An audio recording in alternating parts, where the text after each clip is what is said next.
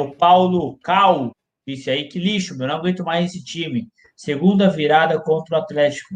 Ele falando aí sobre o primeiro jogo aí no primeiro turno. Pois é, cara, infelizmente, mais um. Mas é isso, Corinthians derrotado, foi.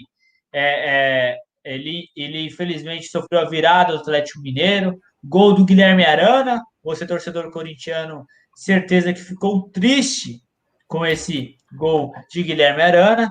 Mas é isso, cara.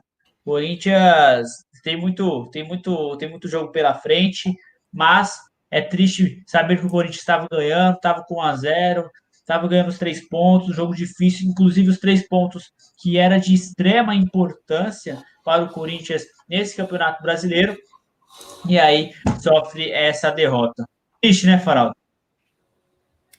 É, complicado, gente, complicado.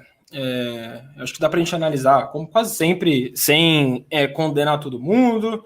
Nesse momento, o Mancini e o Cássio reclamando bastante com a arbitragem lá. Não reclamando, mas conversando, né? Tentando entender alguma coisa.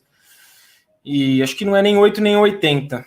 O Corinthians conseguiu fazer um jogo equilibrado. Primeiro, a gente tem que partir do princípio que não dá para ganhar sempre, né? E o Corinthians fez um jogo equilibrado contra um dos melhores times do Brasil. O Corinthians, que até outro dia, né? Se você for lembrar de que o Mancini está fazendo um mês no cargo como treinador agora, se você for pensar como foi a despedida do Coelho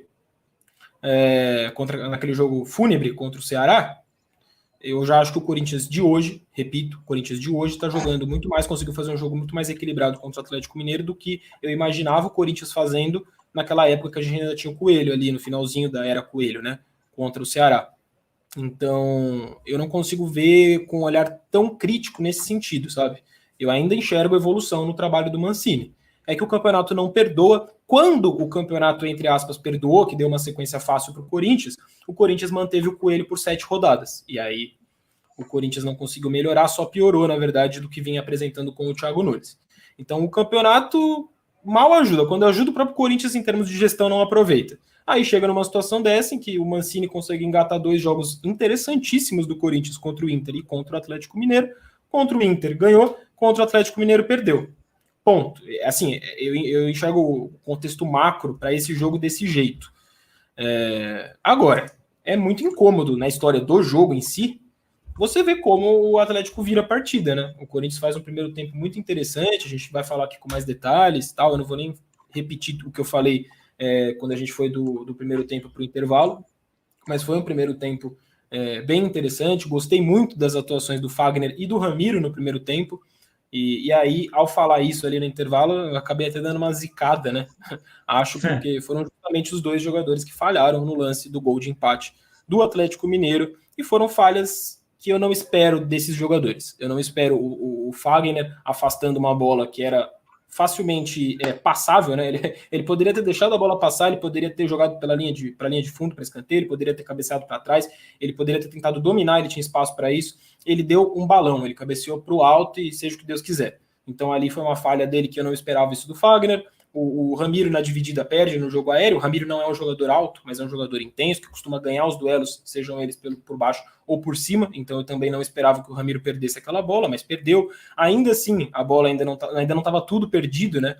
Mas o Vargas é um jogador excepcional, muito acima da média. Jantou o Gil em algumas corridas, algumas disputas do primeiro tempo, e jantou o Fagner numa driblada. Essa é a qualidade, é um jogador de nível de seleção. Enfim, acontece. O Corinthians perdeu esses duelos com o Gil, perdeu esse duelo que não poderia perder contra o Fagner, foi driblado o Fagner, e aí a bola sobra para o Arana. E aí o Ramiro não acompanha o Arana. Então foi uma falha dupla do Fagner e uma falha dupla do Ramiro no lance do gol, na minha opinião. Aí o Corinthians, e aí erro do Mancini, na minha leitura, o Corinthians se acomoda com o 1-1, ou pelo menos não se incomoda com o 1-1, tanto que quando ele tira o Rony, que estava amarelado, ele coloca o Ederson e não o Cantillo. Para mim, essa é uma substituição até razoável, já que você está enfrentando o melhor time do campeonato. Não exatamente o melhor time, mas o time de melhor ataque do campeonato. E que tem mais vitórias, que busca sempre a vitória. Só que aí, o Corinthians, ao colocar o Ederson em campo e não o Cantillo, ele assume que tem medo de perder. E o Sampaoli, justamente ao contrário. O Sampaoli, ele é o técnico que não tem medo de perder. Nessa brincadeira, o Corinthians toma a virada. E toma a virada, no lance especificamente da virada, eu não consegui, eu estava falando aqui na transmissão, né, pro Vitinho, e para o Felipe. Eu não consegui enxergar falha individual naquele lance. O Vitinho, já na primeira análise do gol, falou isso, que não teve bem uma falha. Aí, se você for mais crítico, você vai falar, pô, o Cafu falhou, foi driblado, e o Marlon falhou, perdeu a disputa do 1 contra 1 na finalização em si dentro da área. Eu não acho que eles falham, eu acho que eles são jogadores tecnicamente inferiores aos jogadores que estavam no lance pelo Atlético Mineiro. Simples assim, é diferente do Fagner e do Ramiro. O Fagner e o Ramiro no primeiro gol eu esperava algo a mais deles. Nesse lance... Mas o Vargas quebrou ali também com aquele toque de calcanhar ali, né? Ninguém esperava que ele dá aquele toque de calcanhar, mano. Quebrou, mas se fosse o Arana... Inclusive a Ana falou. Fazer uma homenagem ao Arana aí que fez a lei do ex. Se fosse o Arana de 17, talvez se fosse o Fábio Santos, pela experiência dele. É que aí eu tô citando jogadores, né, laterais. E não um atacante que está ali fazendo a função de defender naquele lance específico. Mas enfim, acho que outros jogadores do Corinthians, ou outros até atacantes aí que passaram pelo Corinthians, teriam uma destreza e uma habilidade, enfim, seriam tecnicamente aptos a prever que o Keno daria aquele corte e faria aquele drible, e não cairiam tão seco no drible como o Cafu caiu. Eu acho que o Cafu foi um péssimo cartão de boas-vindas, assim, do Cafu, mas não acho que ele falhou. Eu só acho que ficou explícito ali que ele não é um jogador tecnicamente tão acima para reforçar de fato o Corinthians. O Marlon é a mesma coisa, tá fazendo um feijão com arroz muito bom mesmo, e naquele lance ele perdeu a corrida. Ele não vai ganhar todas, o Gemerson talvez ganhasse, e aí sim, palmas, olha, até que enfim o Corinthians contratou um jogador bom, mas foi contratar um parceiro para o Gil em novembro, né, no último mês de mandato do presidente André Santos, que já entregou o mandato, inclusive, para os vices. Então, eu considero esse segundo gol, assim, um gol que é a cara dos problemas de gestão, de planejamento de elenco do Corinthians, né? E, inclusive, falando de elenco, a gente poderia brincar com o nome da empresa, né? Eu vou citar uma outra empresa, a Casa Soccer, que virou uma das empresas aí mais prestigiadas no dia a dia do Corinthians, das contratações do Corinthians. E uma curiosidade sobre esse lance, o Cafu é a última contratação vinda da Casa Soccer na atual gestão do Corinthians. O Marlon, que também estava no lance, foi a primeira. A primeira e a última de um total de 10 contratações nesses 3 anos aí da atual gestão do Corinthians, da mesma empresa, a Casa Soccer, né? A empresa que está com certo prestígio aí no Corinthians. Acho um gol bem simbólico nesse sentido, para a gente não ficar só culpando os jogadores, mas entender também o que está por trás dessa má fase do Corinthians. E só para não passar um pano para o Cafu, o lance que eu acho que aí sim ele erra é quando ali já quase nos acréscimos ele se infiltra numa boa jogada do Luan, uma boa jogada até do Léo Natel, e aí o Cafu se infiltra de um jeito interessante, recebe a bola e ao invés de chutar, me dá um passe para ninguém, entrega a bola para a defesa do Atlético Mineiro, enfim. Aí eu não gostei mesmo, aí eu vou dar uma cornetada no Cafu. Mas de forma geral foi assim que eu enxerguei o jogo, Vitinho. Boa, Faraldinho. Primeiro eu vou agradecer ao Vinícius Fernandes, deixou um superchat para a gente. Muito obrigado. Foram atrás do X-Bacon ao invés do Arana em 2020. X-Bacon que ele se refere, nosso amigo Sid Clay. Olha aí. Rapaz, Sid Clay aí que tá até fora do Corinthians já. O Arana poderia estar voando por aqui, mas infelizmente a realidade é outra, né, Vini? Mas obrigado pelo superchat, irmão. O Troll Vox falou que o Luan joga sozinho. O Farol, eu acho que tipo, o que a gente pode tirar de positivo desse jogo? O que você acha? Eu, particularmente, gostei do Luan. Eu achei ele muito mais participativo do que participou do lance do gol, inclusive, com um belo lançamento. Pô, teve um toque de calcanhar que ele deu, tinha 2 caras marcando, ele deu um calcanhar lindo demais, deu os bons passes, se livrou bem de marcação, gritou bastante, reclamou com seus companheiros de time, com o próprio Everaldo também, no momento que o Everaldo não passou a bola para ele. Então eu vi o Luan um pouco mais ligado do que ele estava vindo nos últimos jogos, que estava sendo nos últimos jogos. O que mais pode tirar de bom? Acho que o Ramiro, como você falou, cada vez mais vem sentindo mais o jogo, entrando na pilha do jogo mesmo, após a substituição dele, deu para ver nitidamente ele jogando o colete no chão, reclamando, xingando o juiz. Acho que tudo isso é importante, é uma atmosfera que se cria muito interessante, tá ligado? E acho que precisa muito, se cada jogador do Corinthians que veste essa camisa tivesse 60%, 70% do que sente o Ramiro ali, tenho certeza que a postura dos jogadores do Corinthians seria totalmente diferente, tá ligado? Então, dá para tirar isso também de ponto positivo. Eu acho que o Lucas Piton e o Fagner também atuaram bem, principalmente no primeiro tempo. O Fagner chegando muito no ataque também.